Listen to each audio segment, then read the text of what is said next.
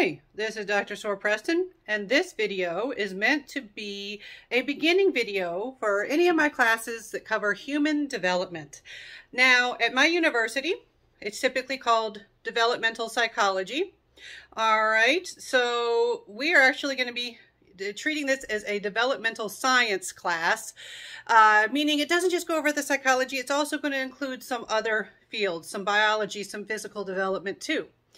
And so the first thing that we have to start with is the definition of human development, or the definition of development, really.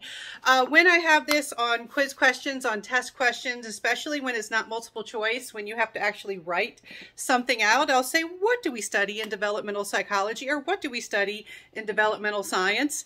And students love to make the mistake of putting, that is the study of development.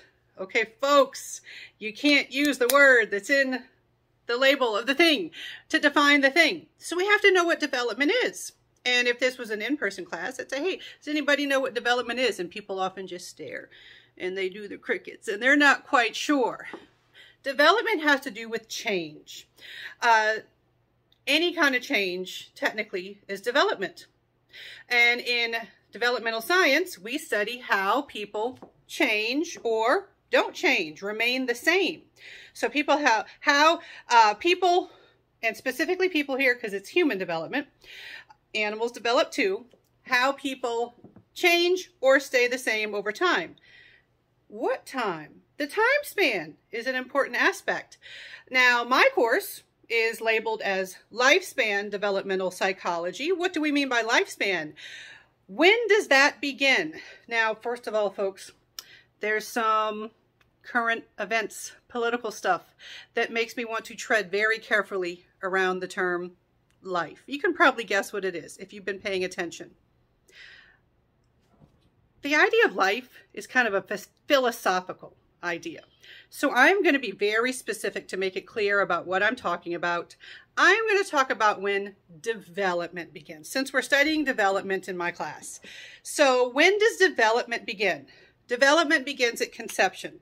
I did not say development. I'm being very specific. I'm focusing on what I have evidence for because, hey, this is a science class. I know many people don't think that psychology is a science class. It is. Scientific method gives us all this stuff that I present to you in class. It's a science class.